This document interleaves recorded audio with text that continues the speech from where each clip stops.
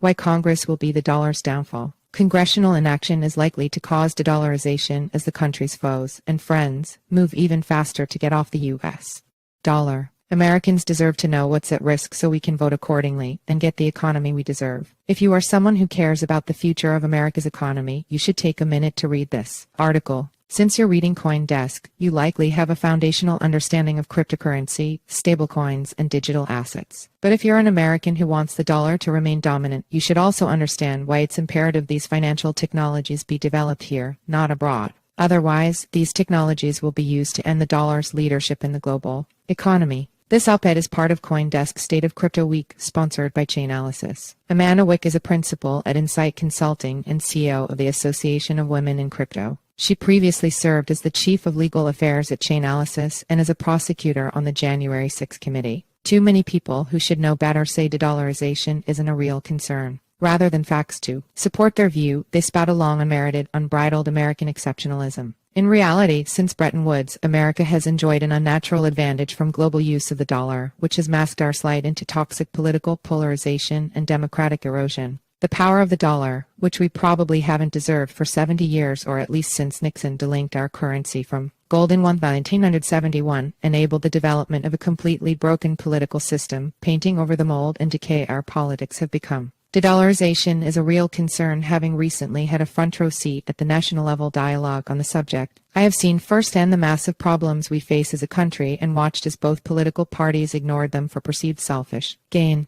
From 2021 to 2022, I served on the House Select Committee working with a team of the world's greatest investigators researching the many causes of the January 6, 2020 attack on the U.S. Capitol building. And let's be clear, there were many. We tried to convey the clear and present danger of big tech companies, misinformation campaigns, polarization, and the rise of extremism and hate groups. As the lead financial investigator, I looked into not only who funded the attack, but also how right-wing extremism was funded, how our financial system responded or didn't, and what recommendations could help prevent future attacks. Most of these findings were omitted from the final report. Consequently, I rarely speak about that year of my life, mostly because of the depression and fear for the future it evokes. But we are hurtling towards de-dollarization too quickly to remain quiet. See also stablecoins, a potential counter to de-dollarization opinion with every article, op-ed and blog post explaining the rise of alternative currencies, the risks they pose to dollar dominance, and the need for congressional action. I see countless canaries dying in the coal mine of a dollar-led global financial system.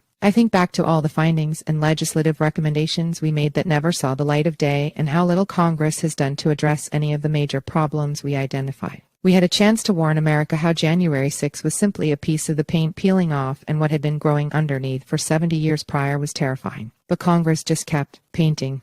What do I mean? Imagine we were tasked with investigating the cause of a massive wildfire with the goal of preventing future wildfires. Our investigation found there was a dry forest located in a highly populated area where people dragged dry wood for years, strategically stacking it to burn hotter and higher, and then douse with kerosene, yet Congress committee's final report blamed it all on the person with a match. Don't get me wrong, as a former federal prosecutor, I certainly believe the person with the match should be held fully accountable. However, if the investigative report detailing the causes of that wildfire and ignores all the other causes, then what we have left is a forest that remains filled with dry wood, strategically stacked for a bad burn, covered in the same kerosene, ready and waiting for the next arsonist smart enough to bring a flamethrower. Intelligence gathering reports are supposed to help us prevent the next wildfire, the next crisis. Pretending the individual with the match is the only cause is another bad paint job, so to speak, if you're paying attention to what is happening in the U.S. right now, across many sectors, advertising, social media, generative AI, for-profit journalism, you'll see the encroaching downfall of professional standards. There are countless canaries warning us about the direction we are headed in, including the suppression of digital asset technology innovation and de-dollarization's impact on national security. Congress needs to stop painting over problems and start fixing them. In a world without dollar dominance left uncorrected, our real problems lead to a geopolitical landscape in which the U.S.